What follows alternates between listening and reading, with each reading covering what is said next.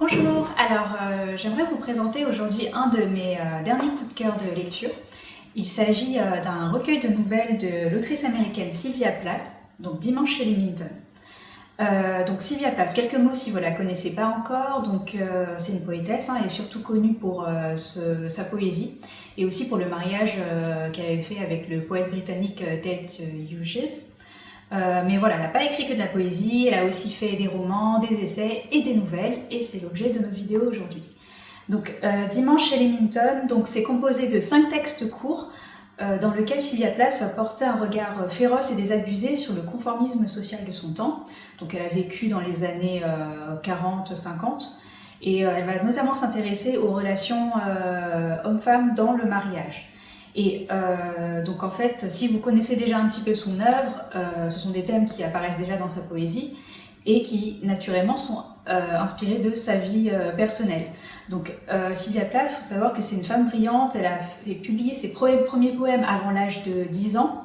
Elle a étudié à l'université de Cambridge et très vite dans sa vie d'adulte, elle s'est sentie déchirée entre, d'une part, ses aspirations littéraires, ses besoins d'indépendance, et d'autre part, ses devoirs de mère et d'épouse.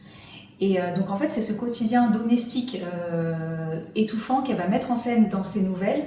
La plupart de ces personnages, en fait, sont enfermés dans ce cadre oppressant.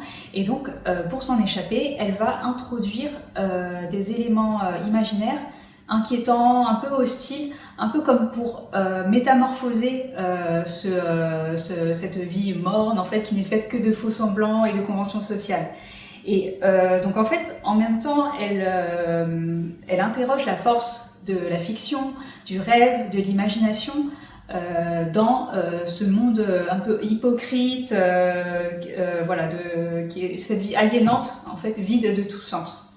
Ce qui m'a beaucoup marqué, c'est que d'habitude, l'imagination, le rêve, c'est un peu des moyens de s'échapper de la vie réelle, quelque chose de plutôt positif. Et en fait, ici, on ne présente pas du tout cette part positive du rêve, c'est plutôt quelque chose, je disais, d'inquiétant, de menaçant, parfois de violent et de brutal.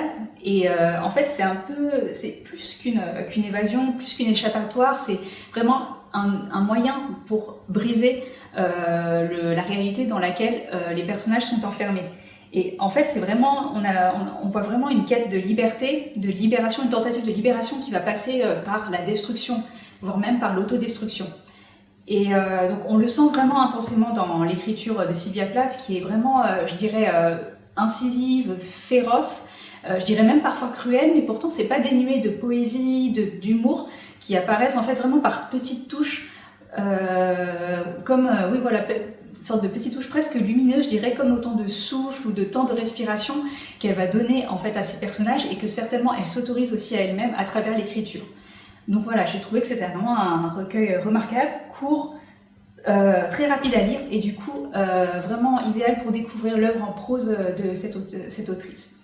Voilà, j'espère que ça vous aura donné envie de lire ou de relire Sylvia Plath et je vous dis à bientôt pour une nouvelle chronique.